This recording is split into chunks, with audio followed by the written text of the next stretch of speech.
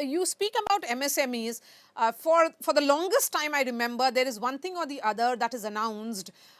When we were speaking to some investors and experts earlier today, and this is a question to Jay Panda, they were of the opinion that lots has to be done.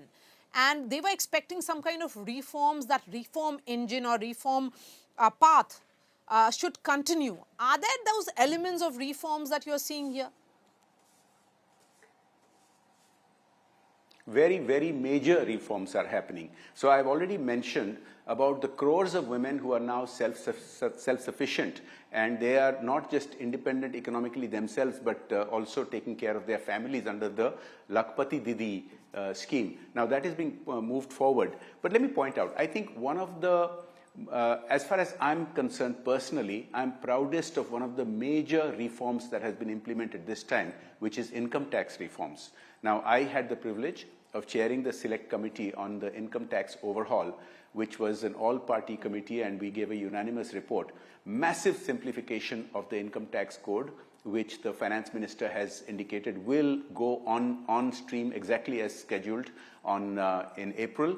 And the new Saral form itself is going to make life dramatically easier for 100 million Indians who are taxpayers. Also keep in mind the decriminalization of a large number of minor offenses, also ease for NGOs and charities and corporates alike. The income tax and the customs reforms that have been brought in this time are massive, and you will hear industry and you will hear experts talk about it with great promise in the coming weeks and months.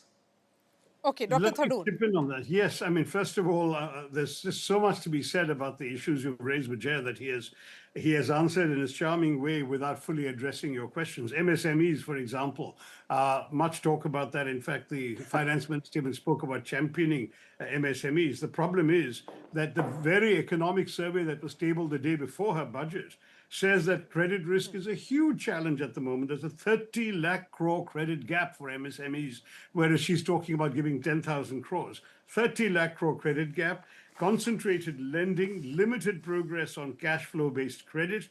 These are all from the economic survey that I'm quoting. And so where are you going to get these champions from if the MSMEs are struggling with such a major credit shortage? Then Jay talks about jobs and says that, oh, it's all about, it's only about the government jobs and so on. Well, as far as the startup schemes are concerned, he talked about the Lakhpati Didis, fine. I have another Didi in mind, actually, a young woman whose video was going around. I'm sure that Jay also has WhatsApp inflicted on him, when the government shut down instead of starting up a whole number of companies in the gaming sector. Now, I'm not suggesting that there wasn't anything wrong that required action, but this girl was pleading for the thousands, tens of thousands of people who were going to lose their jobs. And frankly, what the government should instead have done was to engage in a constructive discussion with stakeholders, rather than shutting down startups. And in fact, I think only a token amount of 900 crores has been sanctioned under the Startup India Fund under the current budget. So it's not as if startups have been given any significant priority. And then look at the areas of omission. Air pollution was not even mentioned. And we're living in this unbreathable city of Delhi, where people go to Davos and hear Smriti Irani decrying air pollution and Geeta Gopinath warning about how it's going to do great damage to our economic growth.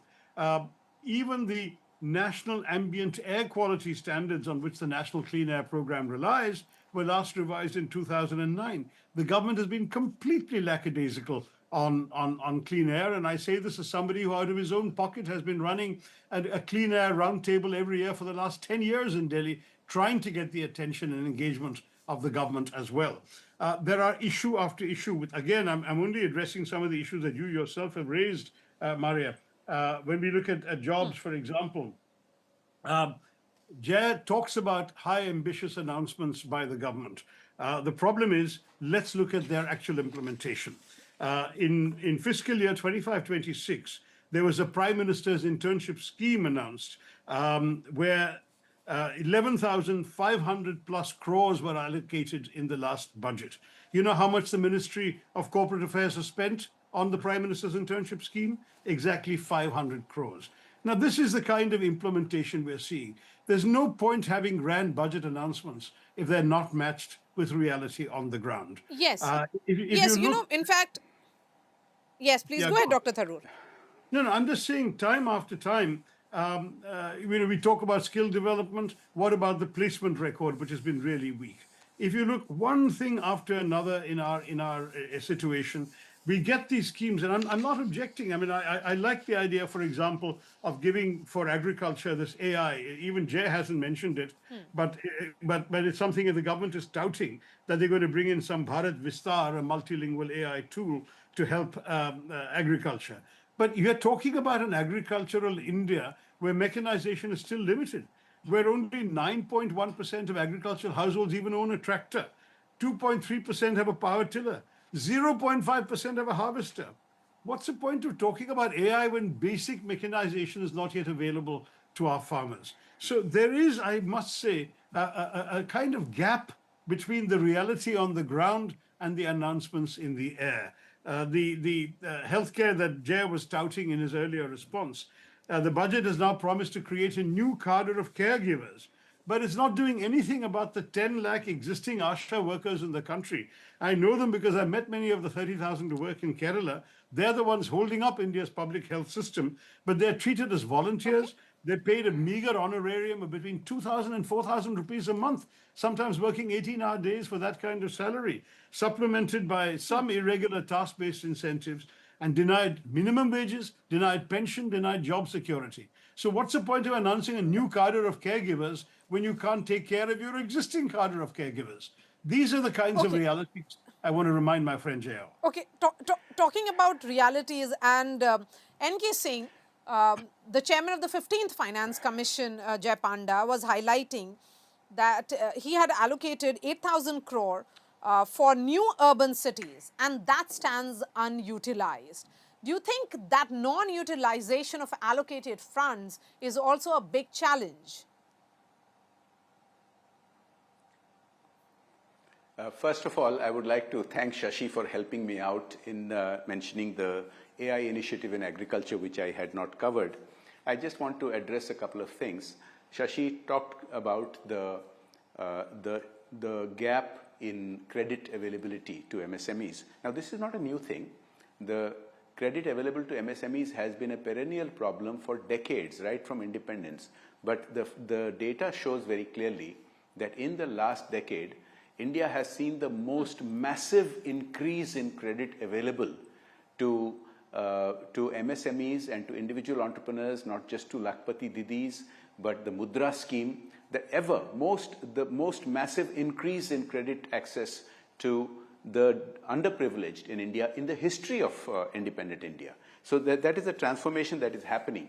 Now, other initiatives, for example, the thrust on manufacturing, as well as services, both. The thrust on biopharmaceuticals, for instance. I think Shashi's home state and others like mine, Odisha, would be able to take advantage of many of these schemes and the funding made available to create jobs and to create investment. Now, I also wanted to point out, Shashi talked about a young lady whose gaming thing had been shut down. You know, over the last couple of years, several sites had to be shut down because they were unauthorizedly functioning with funding from China and other nations in the gaming sector as well as the fintech sector without regulatory approvals. But that aside, the genuine ones have grown immensely. And the finance minister in this budget today mentioned specifically about the potential of 2 million jobs exactly in this, in animation, gaming, and visual effects, and for this funding has been made available. So these are very major steps that are being taken. And let me just conclude by saying this. India, over the past decade, and particularly now, is the toast of the world in terms of economic management. It is being hailed as the biggest success story of the last decade. And of course, the opposition in India will have to find things to criticize. That's their job. But again, like every year in the past 12 years, they will again get proven wrong as this budget gets implemented. Look, Maria, Dr. I'm Tharoor, not let me give you surprised. the last word.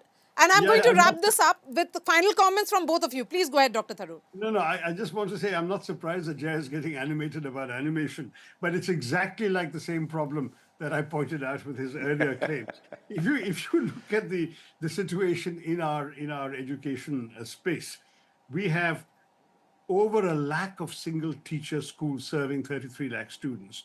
We have enrollment declining. We have only 57% of our schools having computers. Only 54% of our schools have internet access. 17% of schools are offering secondary education. The challenge is trying to get meaningful learning outcomes at a more basic level. Now, setting up an animated content lab in 15,000 secondary schools sounds fine, but when half the schools don't even have computer connections and internet connections, what are you going to do with this animation? I mean, I really don't want to pour rain on the parade all the time, but the fact is, for God's sake, connect to the real India, to the real world.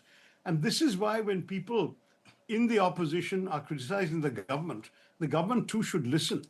I agree that there are lots of good things that the government always wants to shelter behind, but they must try and relate those good things to the real experience of ordinary human beings. See how much money is in the pocket of the Aam Aadmi. There's a seriously dangerous rise, for example, in credit card debt and personal loans because people are not able to make ends meet in our middle classes.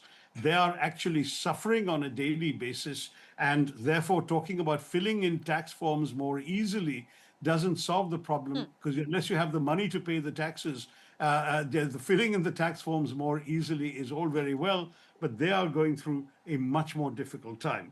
I also want to address to Jay something we've talked about in previous years. Jay used to talk very proudly about the foreign direct investment inflows. What's happening? November was the fourth successive month in which foreign direct investment declined. We are seeing money being repatriated. We're seeing the rupee declining. We're seeing considerable disinvestment. We had net FDI inflows of 27 billion last year. Brazil had 74. Singapore had 143. So we are simply not in the picture when it comes to FDI, which was something the government used to tout as a big indication of a vote of confidence in the Indian economy. How does Jay respond to that? Okay, Jay Panda, that will be your last comment. Please go ahead. So my concluding remarks, my concluding remarks are all the statistics that Shashi pointed out to show that we still have a lot of catching up to do. The reality is we are just about a middle income country. We, yes, indeed have a lot of development left, and that is why Prime Minister Modi has the vision for Viksit Bharat for 2047. But all these statistics are dramatically better today than they were 12 or 15 years ago, and certainly much better than they were 30 or 40 years ago. There have been dramatic improvements, which is why I keep saying that India's economy is the toast of the world. He talked about FDI. That's because India has absorbed a lot already, and this is the reason our forex reserves have gone beyond $700 billion just now. Now, Shashi, the foreign policy maven, would admit that the world is a very different place today than it was just 14 months ago. And despite that, India continues to be the fastest growing big economy, headed towards the third largest. I've given you the jobs data, I've given you the investment data and the infrastructure data. I just want to mention one last thing, and which is of all the other aspects that indicates India is a well-managed economy, inflation. India has the best inflation management of any large economy, apart from all the other statistics that I've given you. So we are on trajectory, we are on track to a Viksit Bharat in 2047. This budget shifts gears, and a year later, you will be seeing the results of this budget's implementation. Okay, perhaps we'll have this conversation again in 2027. So Dr. Tharoor and Jay Panda, really appreciate your time. Thank you for agreeing to do this face-off, or should I say debate among the two of you, as you have been doing for so many years. Thank you for your time. Thanks, Maria. All the best, Jay. Thank you. It's a good tradition.